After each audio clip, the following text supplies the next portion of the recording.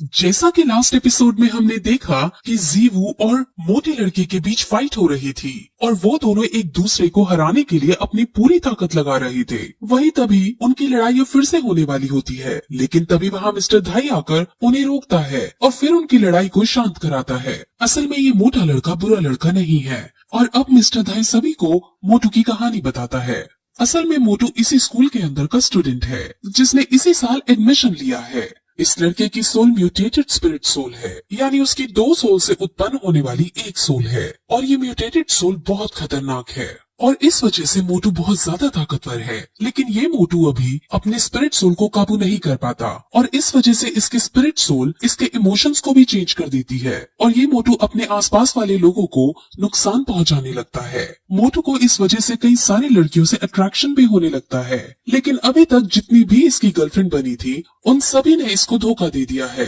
जिस वजह से मोटू बहुत परेशान रहता है। लेकिन हाँ, इसके स्पिरिट सोल को सिर्फ एक चीज से काबू किया जा सकता है और वो चीज है इसको भरपेट खाना खिलाना। ये सब सुनकर बाकियों को बहुत अजीब लगता है क्योंकि यहाँ आकर वो बहुत अजीब अजीब चीजों का सामना कर रहे थे और उन्हें समझ आ जाता है कि ये सच में एक मॉन्स्टर स्कूल है। अब मिस्टर धाई उसे बाकी स्टूडेंट से इंट्रोड्यूस कराता है। वहाँ अब ऑस्कर भी आता है जो उन सबको अपना इंट्रोडक्शन देता है और वो निंग रोंग रोंग के सामने अपनी हेकड़ी भी दिखाने की कोशिश करता है, यानी उसे इम्प्रेस करने की कोशिश करता है। उसने अपनी बियर भी कटवा ली होती है, लेकिन निंग रोंग रोंग इससे बिल्कुल इम्प्रेस नहीं होती, बल्कि उसे इसके इस पागलपन पर इरिटेशन होने लगती है। अब फिर वहाँ स्कूल का दिन आता है और जीवू समझ जाती है कि ये दिन तो वही है जो पहले शॉपकीपर बने हुए थे और इन्हीं से इन्होंने वो हेयर क्रिस्टल खरीदा था। असल में वो शॉपकीपर का काम भी करते हैं और यहाँ के डीन भी हैं। वो फिर सब बच्चों को एक लाइन में खड़ा करते हैं और फिर उन्हें टास्क देना शुरू करता है।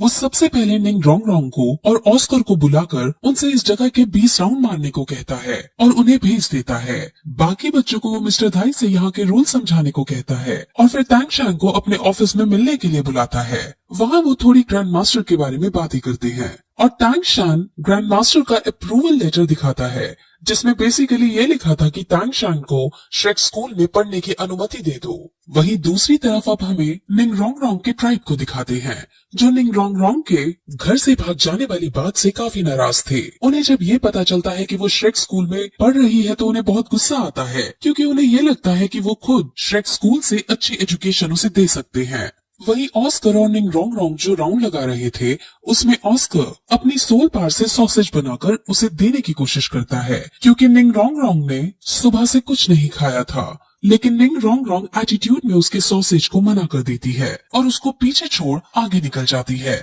वही निंग रोंग रोंग के ट्राइब वाले अपने आदमियों को निंग रोंग रोंग को वापस बुलाने के लिए भेज देते हैं। अब फिर कुछ देर बाद फिर से सभी बच्चे उसी लाइन में आकर खड़े होते हैं और अब डीन उन्हें उनके 20 राउंड के पूरे होने के बारे में पूछता है, जिस पर ऑस्कर तो कहता है कि उसने 20 राउंड कंप्लीट कर लिए हैं, लेकिन निंग रोंग रोंग से पूछे जाने पर वो ऑस्कर खुद ही पहले बोलकर ये कह देता है कि हाँ उसने पूरे कर लिए हैं। अब वो ऑस्कर को आगे बुलाकर उसे शाबाशी देते हैं और फिर तुरंत उसे 20 राउंड और मारने के लिए कह देते हैं। ये सुनकर ऑस्कर को बुरा तो लगता है, लेकिन अपनी टीचर की बात को वो मना नहीं कर सकता था, जिस वजह से वो 20 राउंड फिर से मारने के लिए चला जाता है। असल में उन्हें समझ आ गया था कि निंग रोंग रोंग ने 20 राउंड नहीं मारे हैं और ऑस्कर ने झूठ बोला है। ऑस्कर ने तो पहले 20 राउंड कंप्लीट कर लिए थे, लेकिन उसने निंग रोंग रोंग के लिए झूठ बोला था। अब वो निंग रोंग रोंग को डांटने लगते हैं और ऐसा करने पर निंग रोंग रोंग को भी गुस्सा आ जाता है और वो अपने टीचर से पलटकर ऊंची आवाज में बोलने लगती है और कहती है कि ये सिर्फ एक स्कूल है और कोई जंग का मैदान नहीं जो हर बात मानी ही जाए। असल में निंग रोंग रोंग का ट्राइब बहुत बड़ा और शक्तिशाली ट्राइब था, जिस वजह से वो हमेशा एरोगेंसी और घमंड में रहा करती थी और वो सबसे उल्टा उल्टा ही बोला करती थी। अब डीन उसको इस स्कूल से बाहर चले जाने को कहता है और मिस्टर धाई से इसका सामान पैक करने को कहता है, जिस पर निंग रोंग रोंग धमकी देती है कि अगर ऐसा करने की कोशिश भी की तो मेरे ट्राइब वाले तुम्हें छोड़ेंगे नहीं। लेकिन डीन इसकी बातों से नहीं डरता और उसे पलटकर कहता है कि तुम आखिर क्या कर सकती हो, तुम यहाँ सबसे कमजोर लड़की हो और तुम्हें शुक्र मनाना चाहिए कि हमने तुम्हें एडमिशन दे रखा है। अब निंग रोंग रोंग को ये बात बर्दाश्त नहीं होती क्योंकि उसके अकॉर्डिंग वो बहुत शक्तिशाली थी, लेकिन जब वो अपने पास खड़े टैंग शान, जीवू, मोटू, मिस्टर धाई और कैट गर्ल को देखती है तो उसे भी अपने आप को कमजोर महसूस लगने लगता है। लेकिन फिर वो ऑस्कर को देखती है और उससे ज्यादा तो वो ताकतवर होगी ही, ये सोचने लगती है। लेकिन डीन उसे बताता है कि ये ऑस्कर भी अपने फुल सोल पार रखता है और अपने फील्ड के लोगों के बीच ये सबसे ताकतवर है।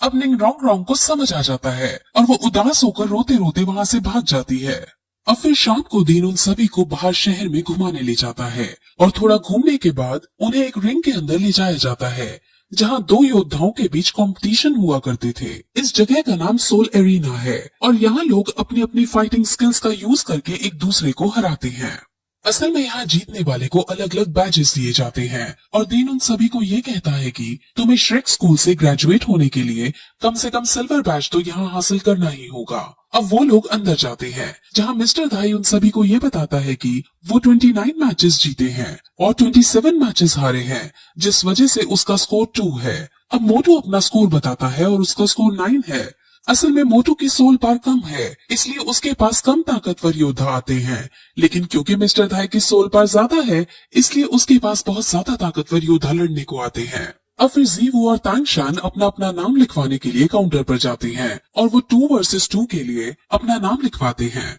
और उनकी टीम का नाम सांगवू रखा जाता है। अब फिर रिंग के अंदर सबसे पहले जीवू और एक दूसरे योद्धा को लड़ने के लिए बुलाते हैं और उन दोनों की फाइट अब शुरू की जाती है। ओपोनेंट के पास आयरन राइनो की सोल पार थी और वो बहुत ताकतवर था, लेकिन जीवू भी कम नहीं थी। जीवू बिना सोल पार का यूज किए उस पर हमला करती है और कुछ ही देर की शानदार फाइट में जीवू अपनी स्किल का यूज करते हुए उसे मार गिराती है और इस मैच की विनर बन जाती है। अब अगला match Tangshan versus cat girl होना है और अब उन दोनों को रिंग के अंदर बुलाया जाता है। तांगशान जानता था कि कैट गर्ल की एबिलिटी उसकी स्पीड है, जिस वजह से वो उसकी स्पीड को रोकना चाहता है और अब वो ऐसा करने के लिए उसको फंसाने के लिए एक केज बनाने लगता है और उसके चारों तरफ ब्लू सिल्वर प्लांट बिछा देता है। अब कैट गर्ल उसके अंदर फंस जाती है और ये देखकर मिस्टर धाई को बिल्कुल अच्छा नहीं लगता। असल में मिस्टर धाई कैट गर्ल को पसंद करता था और वो कैट गर्ल को जीतते देखना चाहता था। अब केज के अंदर तांगशान कैट गर्ल को पकड़ने की कोशिश करता है, लेकिन कैट गर्ल उसके दाव से बच जाती है और वो ऊपर से कूदकर बाहर निकलने की कोशिश करती है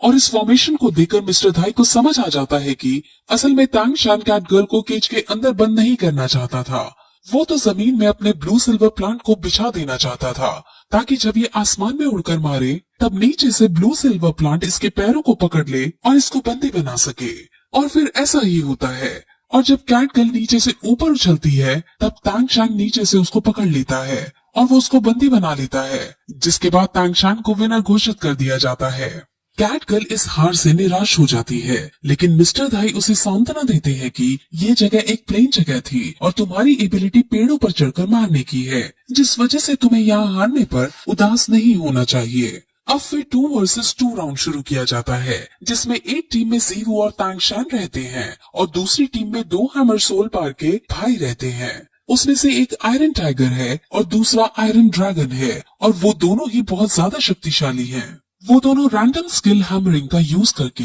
तांगशांग और जीवू पर हमला करते हैं और हालांकि तांगशांग भी उन पर हमला करता है, लेकिन वो दोनों भाई बहुत ज्यादा शक्तिशाली थे और तांगशांग उनका कुछ नहीं बिगाड़ पाता और लड़ाई के बीच उनमें से एक भाई तांगशांग पर हैमर से वार कर देता है, जिस वजह से तांगशांग बहुत घायल हो जाता है। हालांकि वो घायल होने से पहले उन दोनों को अपनी ब्लू सिल्वर प्लांट के अंदर फंसा देता है। जीवू तांगशांग को घायल देख बहुत गुस्से में आ जाती है और वो अब सीरियस होकर उन दोनों के ऊपर अपनी ब्लेड फेंकती है, लेकिन ये मैच सिर्फ एक कंपटीशन था जिसमें हार जीत तो होनी ही थी, लेकिन जीवू के फेंके हुए ब्लेड उन दोनों की जान ले सकते थे, जिस वजह से तांगशान अपना हिडन वेपन उनकी तरफ फेंक कर उन्हें मरने से बचा लेता है और फिर वो दोनों भाई इनकी ताकत को देखकर खुद ही अपनी हार एडमिट कर लेते हैं और शैनवू को अब विनर घोषित कर दिया जाता है।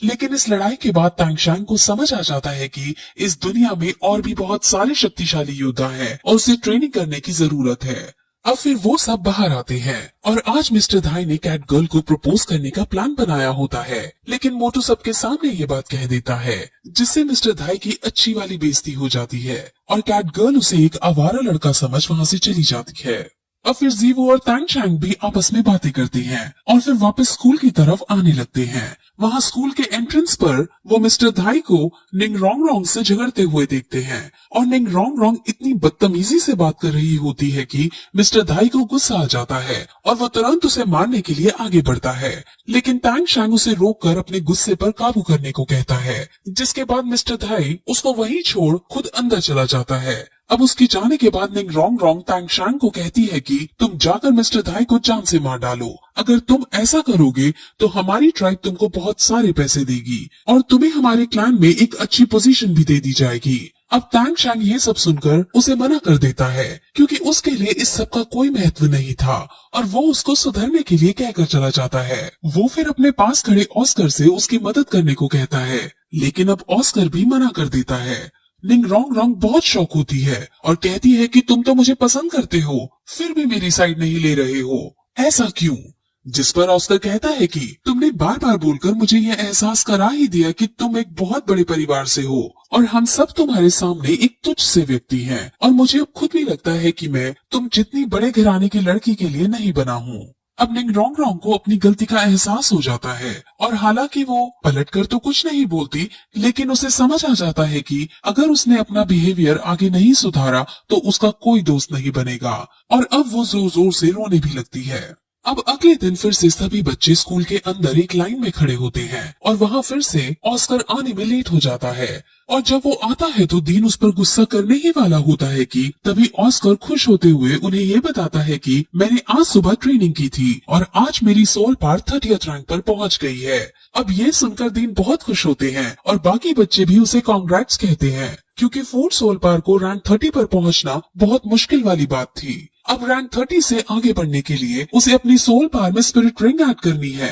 और इसीलिए उसे एक बीस्ट को मारना है। इसलिए डीन उन सबको ये ऑर्डर देता है कि तुम सब आज जंगल जाकर बीस्ट को मारोगे ताकि ये उसके अंदर से स्पिरिट रिंग को हासिल कर सके। अब वो इस बात की सेलिब्रेशन के लिए ऑस्कर से सबको एक एक सॉसेज देने को कहता है और वो खुश होकर सॉसेज बनाने लगता है, लेकिन कोई भी उसका सॉसेज नहीं खाना चाहता था। लेकिन जब उसका सॉसेज बनकर रेडी हो जाता है तो अब सबसे पहले निंग रोंग रोंग उसके सामने आती है और उसके दोनों सॉसेज खा लेती है और ये देखकर सब बहुत शॉक होते हैं। अब फिर वहाँ मिस्टर जाओ भी आते हैं और वही इनको जंगल ले जाने वाले हैं। अब सब मिस्टर जाओ की गाइडेंस में जंगल के अंदर शिकार करना चालू करते हैं, लेकिन उन्हें अभी कोई पीस दिखाई नहीं देता। वहाँ एक जगह ऐसी भी आती है जहाँ ऑस्कर चलते चलते खाई में गिरने लगता है, लेकिन निंग रोंग रोंग उसे बचा लेती है और अब निंग रोंग रोंग की तरफ से भी हमें एक रोमांटिक एंगल देखने को मिलता है। अब जंगल में घूमते घूमते वो दूसरे टाउन में आ जाते हैं और वो यहाँ एक रात रुकने का डिसाइड करते हैं। फिर वो सब इस टाउन के अंदर एक रेस्टोरेंट के अंदर खाना खाने लगते हैं